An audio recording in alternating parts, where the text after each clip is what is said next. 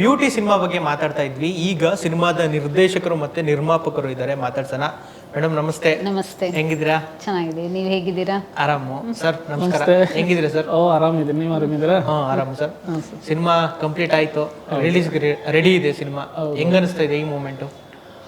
ತುಂಬಾ ಎಕ್ಸೈಟ್ ಆಗ್ತಾ ಇದೆ. ಯಾಕೆಂದ್ರೆ ಈಗ ಇದು ಒಂದು ಸಿನಿಮಾ ಅನ್ನೋದು ಹೆಂಗೆ ಅಂತಂದ್ರೆ, ಒಂದು ತಾಯಿ 9 ತಿಂಗಳು ಒಂದು ಮಗುನ ಹೊತ್ತು ಅದನ್ನ ಪ್ರೆಸೆಂಟ್ ಮಾಡಿದಾಗ ಇಷ್ಟು ಖುಷಿ ಆಗುತ್ತೋ, ಅದೇ ರೀತಿ ನಮಗೂ ಕೂಡ ಒಂದು ಸಿನಿಮಾ ಅನ್ನೋದು ನಾವು ಒಂದು ವರ್ಷಗಳ ಕಾಲ ಕಷ್ಟಪಟ್ಟು ಅದನ್ನ ತೆರೆ ಮೇಲೆ ಇವಾಗ ತರ್ತಾ ಇದ್ವಿ. ಅದು ತುಂಬಾ ಎಕ್ಸೈಟ್ ಆಗೈತೆ. ಏನೋ ಒಂದು ಒಳ್ಳೆ ರೀತಿಯಲ್ಲಿ ಜನ ತಗೋತಾರೆ ಅನ್ನೋ ಖುಷಿ ಆಗ್ತಾ ಇದೆ. ಮೇಡಮ್, ನೀವು ಸಿನಿಮಾ ನೋಡಿದ್ರೆ ಕಂಪ್ಲೀಟ್ ಆದ್ಮೇಲೆ ನೋಡಿದ್ವಿ. ಹೆಂಗ ಅನಿಸ್ತು ನಿಮಗೆ ನೋಡಿದಾಗ? ಆಡಿಯನ್ಸ್ ಆಗಿ ನೋಡಿದಾಗ ತುಂಬ ಚೆನ್ನಾಗಿ ಬಂದಿದೆ. ಎಲ್ಲ ಹೊಸ ಪ್ರತಿಭೆಗಳನ್ನ ಹೊರಗೆ ತರ್ತಾ ಇದ್ದೀವಿ. ಸೊ ಹಿಡನ್ ಟ್ಯಾಲೆಂಟ್ ಎಲ್ಲ ಆಚೆ ಬರ್ತಾ ಇದೆ. ಪ್ರೇಕ್ಷಕರು ಅದಕ್ಕೆ ಸಪೋರ್ಟ್ ಮಾಡಿದ್ರೆ ನಮ್ಮ ಕನ್ನಡ ಇಂಡಸ್ಟ್ರಿನ ಬೆಳೆಸ್ಬೋದು.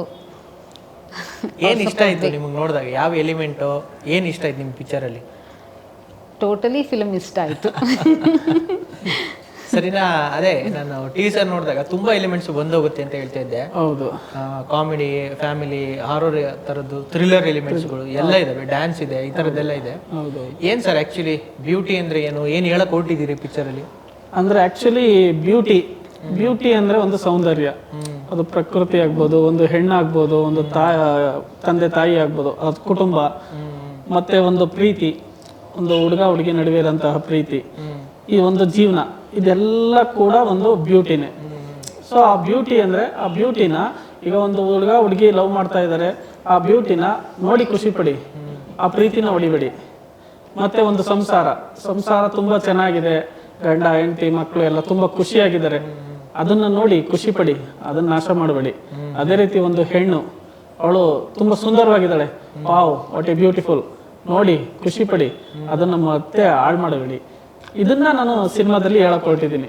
ಯಾಕೆಂದ್ರೆ ಒಂದು ಸಂಸಾರಕ್ಕಾಗ್ಬೋದು, ಒಂದು ಹೆಣ್ಣಿಗಾಗ್ಬೋದು, ಒಂದು ಲವರ್ಸ್ಗಾಗ್ಬೋದು, ಎಲ್ಲಾರ್ಗು ಅವ್ರದೇ ಆದ ಒಂದು ಜೀವನ ಅಂತ ಇರುತ್ತೆ. ಸೊ ಅದನ್ನ ಯಾವುದನ್ನು ಹಾಳು ಮಾಡಕ್ ಹೋಗ್ಬೇಡಿ, ಅವ್ರ ಪಾಡ್ಗೆ ಅವ್ರು ಬಿಡಿ. ಅದು ಸೌಂದರ್ಯವಾಗಿಯೇ ಇರಲಿ, ಅದನ್ನ ನಾಶ ಮಾಡಬೇಡಿ ಅನ್ನೋದು ನನ್ನ ಇಂಟೆನ್ಷನ್. ಇದು ಫಸ್ಟ್ ಸಿನಿಮಾ ಸರ್ ನಿಮ್ಗೆ? ಇಲ್ಲ, 31 ಡೇಸ್ ಅಂತ ಒಂದು ಮೂವಿ ಮಾಡಿದ್ದೆ, ಇದು ಸೆಕೆಂಡ್ ಮೂವಿ ನಂದು ಬ್ಯೂಟಿಗೆ. ಹೆಂಗಿತ್ತು ಸರ್? ಅಂದ್ರೆ ಈ ಸಿನಿಮಾ ಶುರುವಾಗಿದ್ದೆಲ್ಲ ಹೆಂಗೆ ನಿರ್ಮಾಪಕರನ್ನ ಅಪ್ರೋಚ್ ಮಾಡಿದ್ರೆ ಹೆಂಗಾಯ್ತು ಸರ್ ಓವರ್ ಆಲ್? ಅಂದ್ರೆ ನಾನು 31 ಡೇಸ್ ಮಾಡ್ಬೇಕಾದ್ರೆ ಇದೆಲ್ಲ ರೆಡಿ ಮಾಡ್ಕೊಂಡಿದ್ದೆ, ಸ್ಕ್ರಿಪ್ಟ್ ಎಲ್ಲ ಆಲ್ರೆಡಿ ರೆಡಿ ಇತ್ತು.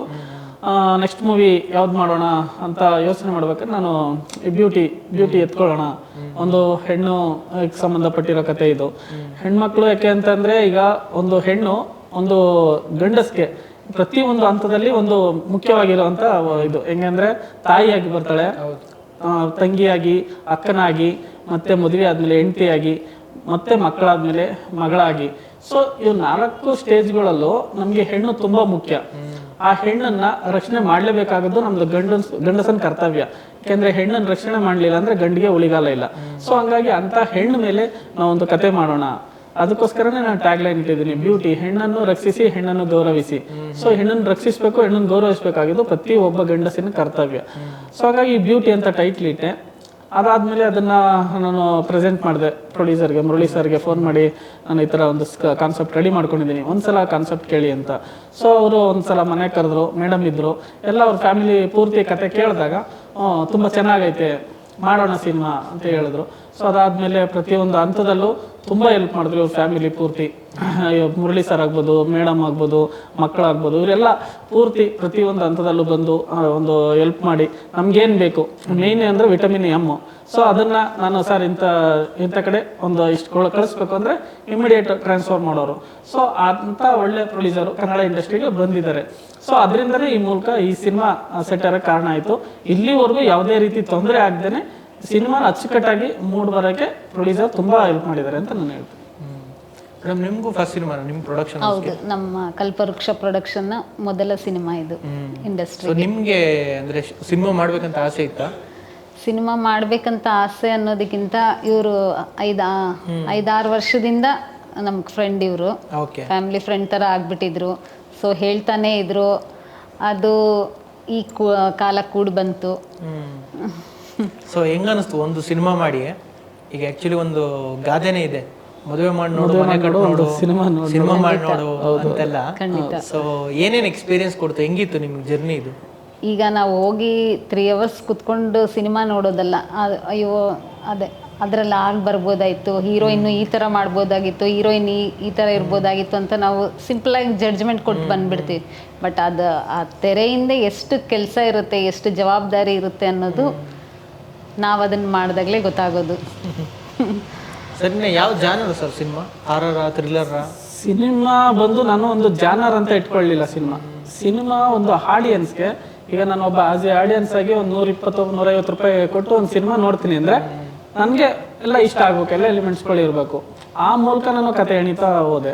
ಪ್ರತಿಯೊಂದು ಈಗ ಆ್ಯಕ್ಷನ್ ಆಗ್ಬೋದು, ಥ್ರಿಲ್ಲರ್ ಆಗ್ಬೋದು, ಕ್ರೈಮ್ ಆಗ್ಬೋದು, ಹಾರರ್ ಆಗ್ಬೋದು, ಫ್ಯಾಮಿಲಿ ಸೆಂಟಿಮೆಂಟ್ ಆಗ್ಬೋದು, ಇದು ಒಬ್ಬೊಬ್ರಿಗೂ ಒಂದೊಂದು ಟೇಸ್ಟ್ ಕೊಡೋವಂಥದ್ದು, ಒಬ್ಬೊಬ್ರಿಗೂ ಒಂದೊಂದು ಬೇಕಾಗಿರುತ್ತೆ ಅಂತ. ಅದನ್ನ ನಾನು ಒಂದೇ ಸಿನಿಮಾದಲ್ಲಿ ಹೇಳಕ್ ಹೊರಟಿದ್ದೀನಿ.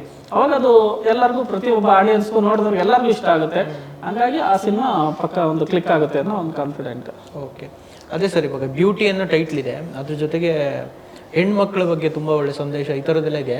ಸೊ ಆ ಮೇನ್ ಕ್ಯಾರೆಕ್ಟರ್ ಅನ್ನೋ ತುಂಬಾ ಇಂಪಾರ್ಟೆಂಟ್ ಆಗಿರುತ್ತೆ, ಹೀರೋಯಿನ್ ಕ್ಯಾರೆಕ್ಟರ್. ಹೌದೌದು. ಸೊ ಹೆಂಗೆ ಸೆಲೆಕ್ಟ್ ಮಾಡಿದ್ರಿ, ಹೆಂಗಾಯ್ತು ಆಕ್ಚುಲಿ ಇದು ಬ್ಯೂಟಿ ಅಂತ ಟೈಟ್ಲ್ ಇಟ್ಕೊಂಡೆ. ನಂದು ಮೇನ್ ಕಾನ್ಸೆಪ್ಟ್ ಇದ್ದದ್ದು ಭರತನಾಟ್ಯ. ಸೊ ಭರತನಾಟ್ಯ ಡ್ಯಾನ್ಸರ್ಸ್ ಬೇಕು. ನಾನು ಎಲ್ಲಾ ಕಡೆ ಸರ್ಚ್ ಮಾಡಿದೆ, ಒಂದು ಆಡಿಷನ್ ಕೂಡ ಕೊಟ್ಟೆ, ಪ್ರತಿಯೊಂದು ಅಡ್ವರ್ಟೈಸ್ಮೆಂಟ್ಸ್ ಎಲ್ಲ ಕೊಟ್ಟೆ. ಎಲ್ಲಾ ಕಡೆ ಕೊಟ್ಟಾಗ ಯಾರು ನೋಡ್ಕೋದು, ಎಲ್ಲ ಫೋನ್ ಮಾಡಿಬಿಟ್ಟು ಸರ್ ನನಗೆ ಭರತನಾಟ್ಯ ಟಚ್ ಇಲ್ಲ, ಬೇಕಾದ್ರೆ ಹೇಳ್ಕೊಟ್ರೆ ಮಾಡ್ತೀನಿ ಅನ್ನೋರು. ನಾನು ಅಂತವ್ರು ಇಟ್ಕೊಂಡು ಹೆಂಗ್ ಸಿನಿಮಾ ಮಾಡ್ಲಿ? ಸೊ ಕೆಲವರಿಗೆ ಸರ್ ಆಕ್ಟಿಂಗ್ ಎಲ್ಲ ಚೆನ್ನಾಗಿ ಗೊತ್ತಿದೆ, ಭರತನಾಟ್ಯ ಗೊತ್ತಿಲ್ಲ ಅನ್ನೋರು. ಸೊ ಕೆಲವರು ಭರತನಾಟ್ಯ ಗೊತ್ತು ಆದ್ರೆ ಆಕ್ಟಿಂಗ್ ಬರಲ್ಲ ಸರ್ ವಸ್ತು ನನಗೆ ಅನ್ನೋರು.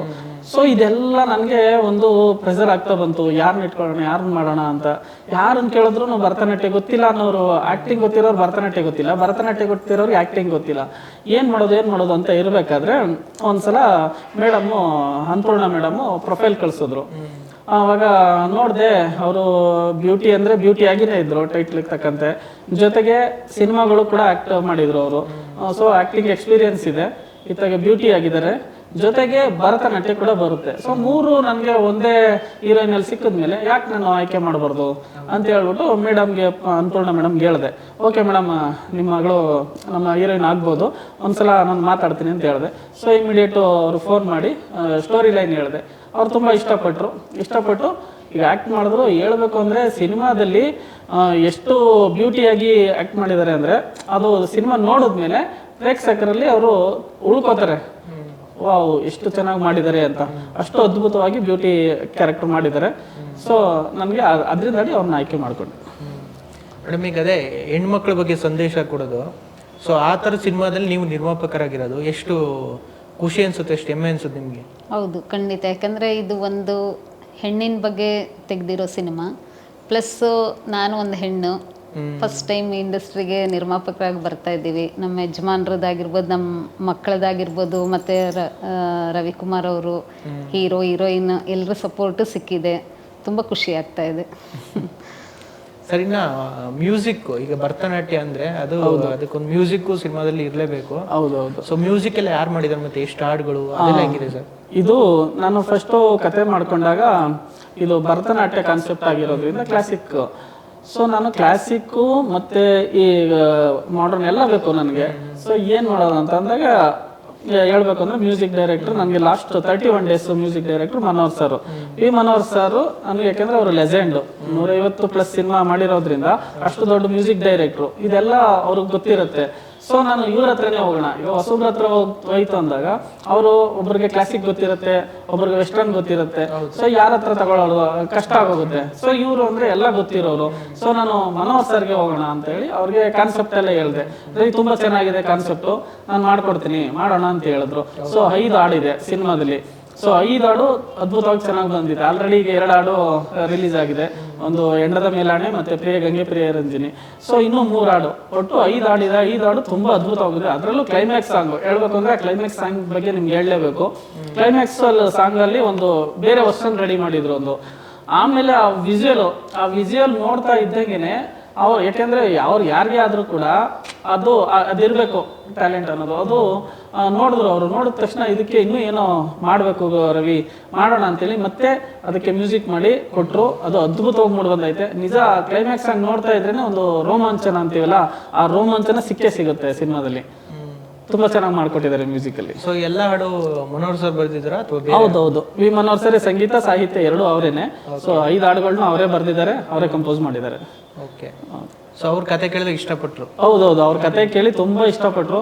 ಒಂದು ಹೆಣ್ಣಿನ ಬಗ್ಗೆ ಹೇಳಕ್ ಹೊರಟಿದೀಯ ರವಿ, ತುಂಬಾ ಚೆನ್ನಾಗೈತೆ, ಮಾಡೋಣ ರವಿ ಅಂತ ಹೇಳಿದ್ರು. ಸೊ ಹಂಗಾಗಿ ಇಷ್ಟಪಟ್ಟಿದ್ದಾರೆ. ಮೇಡಮ್, ಈಗ ಸಿನಿಮಾ ಮಾಡಿದಿರಲ್ಲ, ಅದ್ರ ಜೊತೆಗೆ ನೀವು ನಿಮ್ಮ ಕೆಲಸಗಳನ್ನು ನೋಡ್ಕೊಬೇಕಾಗುತ್ತೆ. ಈಗ ಸಿನಿಮಾ ನಿಮ್ಗೆ ಹೊಸದು, ನಿಮ್ ಬೇರೆ ಬೇರೆ ಕೆಲಸಗಳು ಅದೆಲ್ಲ ಹೆಂಗ್ ಮ್ಯಾನೇಜ್ ಮಾಡ್ತಾ ಇದ್ರಿ? ನಿಮ್ದು ಬಿಸ್ನೆಸ್ ಅಂತೇನೆ ಹೇಳ್ದಂಗಿತ್ತು. ಸೊ ಅದೆಲ್ಲ ಹೆಂಗ್ ಮ್ಯಾನೇಜ್ ಮಾಡ್ತಾ ಇದ್ರಿ ನೀವು? ಅದು ಅದೇ ಮಕ್ಕಳು ಯಜಮಾನ್ರಲ್ಲ ಅದು ಮ್ಯಾನೇಜ್ ಮಾಡ್ತಿದ್ರು. ಅವ್ರ ಸಪೋರ್ಟ್ ತುಂಬಾ ಇದೆ. ಕೆಲವು ಸತಿ ಅವ್ರು ಹೋಗ್ತಾ ಇದ್ರು, ಇನ್ನು ಕೆಲವು ಸತಿ ನಾವು ಸೆಟ್ಗೆ ಹೋಗೇ ಇಲ್ಲ, ರವಿ ಅವರೇ ಮ್ಯಾನೇಜ್ ಮಾಡ್ತಾ ಇದ್ರು. ತುಂಬಾ ಸಪೋರ್ಟ್ ಮಾಡಿದ್ದಾರೆ ನಮ್ಗೆ.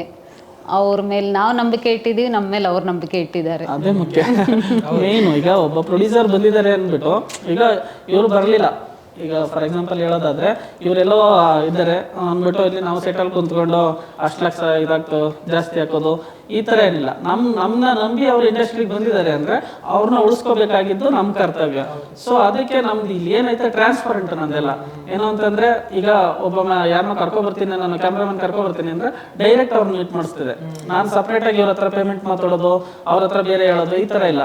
ಟ್ರಾನ್ಸ್ಪರೆಂಟ್ ಇವ್ರ ಹತ್ರ ಹೋಗೋದು, ಸರ್ ಇವ್ರಿಗೆ ಇಷ್ಟು ಕೊಡ್ಬೇಕು, ಅಲ್ಲಲ್ಲೇ ಇವ್ರನ್ನೇ ಮಾತಾಡಿಸ್ತಾ ಇದ್ದೆ. ಸೊ ಹಿಂಗಿದ್ದಾಗ ನಮ್ಗೇನಾಗುತ್ತೆ, ಪ್ರೊಡ್ಯೂಸರ್ಗಳಿಗೆ ನಮ್ಮ ಮೇಲೆ ನಂಬಿಕೆ ಬರುತ್ತೆ. ನಮ್ಮ ಸಿನಿಮಾ ಅವರು ನಮ್ಮ ನಂಬಿ ಬಂದಿದ್ದಾರೆ, ನಾವು ಉಳಿಸ್ಕೋಬೇಕಾಗಿದ್ದು ನಮ್ಮ ಕರ್ತವ್ಯ. ಸೊ ಹಂಗಾಗಿ ಇದು ಚೆನ್ನಾಗಿ ಎಲ್ಲ ಒಳ್ಳೆ ಒಂದು ಫ್ರೆಂಡ್ಶಿಪ್ ಅಲ್ಲಿ ನಡೀತು, ಚೆನ್ನಾಗಿ ಮೂಡ್ ಬಂದೈತೆ ಇದರಿಂದ ಅಡಿ ಅಂತ ಹೇಳ್ತೀನಿ. ಮೇಡಮ್, ನಿಮ್ದು ಬೇಸಿಕಲಿ ಅಂದ್ರೆ ನಿಮ್ಮ ಯಜಮಾನ್ರೆಲ್ಲ ಸಿನಿಮಾ ಮಾಡ್ಬೇಕಂತ ಆಸೆ ಇಲ್ಲ ಅಂತಂದ್ರಿ, ಅವ್ರ ಬಿಸ್ನೆಸ್ ಎಲ್ಲ ಏನ್ ಮಾಡ್ತಾ ಇರೋದು ಆಕ್ಚುಲಿ? ನಮ್ದು ಜ್ಯುವೆಲ್ರಿ ಮ್ಯಾನುಫ್ಯಾಕ್ಚರಿಂಗ್ ನಮ್ದು. ಓಕೆ. ಮತ್ತೆ ನನ್ನ ಮಗಳು ಬಂದು ನ್ಯಾಷನಲ್ ಪ್ಲೇಯರ್, ರೈಫಲ್ ಶೂಟರ್ ಅವಳು. ಓಕೆ. ಮಗ ಬಿಸ್ನೆಸ್ ಅಲ್ಲೇ ಇದ್ದಾನೆ, ಬಟ್ ಅವ್ನು ಪೈಲಟ್ ಟ್ರೈನಿಂಗ್ ಮಾಡಿದ್ದಾನೆ ಅವನು. ಸೊ ನಮಗೂ ಈ ಇಂಡಸ್ಟ್ರಿಗೂ ಏನೂ ಟಚ್ಚೇ ಇರಲಿಲ್ಲ. ರವಿ ಅವರಿಂದ ನಾವು ಬಂದಿದ್ದೀವಿ ಇಲ್ಲಿ. ಪ್ರೇಕ್ಷಕರು ನಮ್ಮನ್ನ ಎಲ್ಲಿಗೆ ಕರ್ಕೊಂಡು ಹೋಗ್ತಾರೆ, ಎಷ್ಟು ಆಶೀರ್ವದಿಸ್ತಾರೆ. ಇವರು ಫಸ್ಟ್ ಸಿನಿಮಾ ನಾನು ಮಾಡಕ್ಕೆ ಅಂತ ಹೊರಟಾಗ ಇವ್ರ ಕಡೆಯಿಂದ ಬಂದಿದ್ದು ಒಂದೇ ಮಾತು, ರವಿ ಸಿನಿಮಾ ಇಂಡಸ್ಟ್ರಿಗೆ ಬರ್ತಾ ಇದ್ವಿ, ನಾವು ಇನ್ನೊಂದು 10 ಸಿನಿಮಾ ಮಾಡಬೇಕು ಅಂತ. ಈ ತರ ಒಂದು ಓಪಿಟ್ವ ಬರುವಂತ ಪ್ರೊಡ್ಯೂಸರ್ಗಳನ್ನ ನಾವು ಉಳಿಸ್ಕೋಬೇಕಾದ್ ನಮ್ಮ ಕರ್ತವ್ಯ. ಸೊ ಅದೇ ಪ್ರೇಕ್ಷಕರು ಅಷ್ಟೇ ನಾನು ಕೇಳ್ಕೊಳ್ಳೋದು, ಈ ಸಿನಿಮಾ ಗೆಲ್ಸಿದ್ರೆ ಇನ್ನೊಂದು 10 ಸಿನಿಮಾ ನಾವು ಮಾಡ್ತೀವಿ, ಈ ಬ್ಯಾನರ್ ಇಂದ ಇನ್ನೊಂದು 10 ಸಿನಿಮಾ ಬರುತ್ತೆ, ಇನ್ನೊಂದು 1000 ಜನ ಕೆಲಸ ಸಿಗುತ್ತೆ. ಈಗ ನಾನ್ ಸಿನಿಮಾ ನೆಕ್ಸ್ಟ್ ಸಿನಿಮಾ ನಾನ್ ಡೈರೆಕ್ಟರ್ ಆಗದೆ ಇರ್ಬೋದು, ಬಟ್ ಇನ್ನೊಬ್ರು ಡೈರೆಕ್ಟರ್ ಉಟ್ಕೋತಾರೆ, ಇನ್ನೊಂದಷ್ಟು ಹೀರೋಗಳು ಉಟ್ಕೋತಾರೆ, ಇನ್ನೊಂದಷ್ಟು ಜನ ಹೀರೋಯಿನ್ ಬರ್ತಾರೆ, ಇನ್ನೊಂದಷ್ಟು 1000 ಜನ ಕೆಲಸ ಸಿಗುತ್ತೆ. ಸೊ ಇಂಥ ಪ್ರೊಡ್ಯೂಸರ್ಗಳನ್ನ ನಾವು ಉಳಿಸ್ಕೋಬೇಕು ಅನ್ನೋದು ನಾನು ಹೇಳ್ತೀನಿ. ಸೊ ಫೈನಲಿ ಸಿನಿಮಾ 10ನೇ ತಾರೀಕು ಸರ್ ರಿಲೀಸು? ಜುಲೈ 10ಕ್ಕೆ ರಿಲೀಸ್ ಆಗ್ತಾ ಇದೆ. ಓಕೆ. ಏನ್ ಹೇಳ್ತೀರಿ ಸರ್ ಜನಕ್ಕೆ? ನಾನು ಪ್ರೇಕ್ಷಕರಿಗೆ ಕೇಳ್ಕೊಳ್ಳೋದು ಒಂದೇ, ಏನಂದ್ರೆ ಕನ್ನಡ ಸಿನಿಮಾಗಳನ್ನ ಬಂದು ಥಿಯೇಟ್ರಲ್ಲಿ ನೋಡಿ. ಯಾಕೆ ಅಂತಂದ್ರೆ ಈಗ ಹಿಂದಿ ಸಿನಿಮಾಗಳು, ತೆಲುಗು ಸಿನಿಮಾಗಳು ಇವೆಲ್ಲ ಬೆಂಗಳೂರಲ್ಲಿ ತುಂಬಾ ಜಾಸ್ತಿ ಬರೀ ಅದರ್ ಲ್ಯಾಂಗ್ವೇಜಸ್ ಸಿನಿಮಾಗಳನ್ನೇ ಜಾಸ್ತಿ ನೋಡ್ತಾ ಇದ್ದಾರೆ ಅನ್ನೋ ಒಂದು ಅಪವಾದ ಐತೆ. ದಯವಿಟ್ಟು ಕನ್ನಡ ಪ್ರೇಕ್ಷಕರು ಆ ಅಪವಾದನ ಸುಳ್ಳು ಮಾಡಿ, ಕರ್ನಾಟಕದಲ್ಲಿ ನಮ್ಮ ಕನ್ನಡ ಸಿನಿಮಾಗಳೇ ಜಾಸ್ತಿ ಮೇಲು, ನಮ್ಮ ಕನ್ನಡ ಸಿನಿಮಾಗಳನ್ನೇ ನಾವು ಜಾಸ್ತಿ ನೋಡೋದು ಅನ್ನೋದನ್ನ ಈ ಮೂಲಕ ನಮ್ಗೆ ತೋರಿಸ್ಕೊಡಿ. ನಮ್ಮ ಕನ್ನಡ ಸಿನಿಮಾಗಳನ್ನ ಗೆಲ್ಲಿಸಿ, ಕನ್ನಡ ಇಂಡಸ್ಟ್ರಿ ಇನ್ನೂ ಜಾಸ್ತಿ ದೊಡ್ಡ ಲೆವೆಲಲ್ಲಿ ಬೆಳಿಬೇಕು ಅಂತ ಎಲ್ಲ ಕರ್ನಾಟಕ ಪ್ರೇಕ್ಷಕರೆಲ್ಲ ಆಶೀರ್ವಾದ ಮಾಡಬೇಕು ಅಂತ ನಾನು ಕೇಳ್ಕೊತೀನಿ. Okay. Thank you sir. Thank you. ಒಳ್ಳೆಯದಾಗಿ ಸಿನಿಮಾ. Thank you.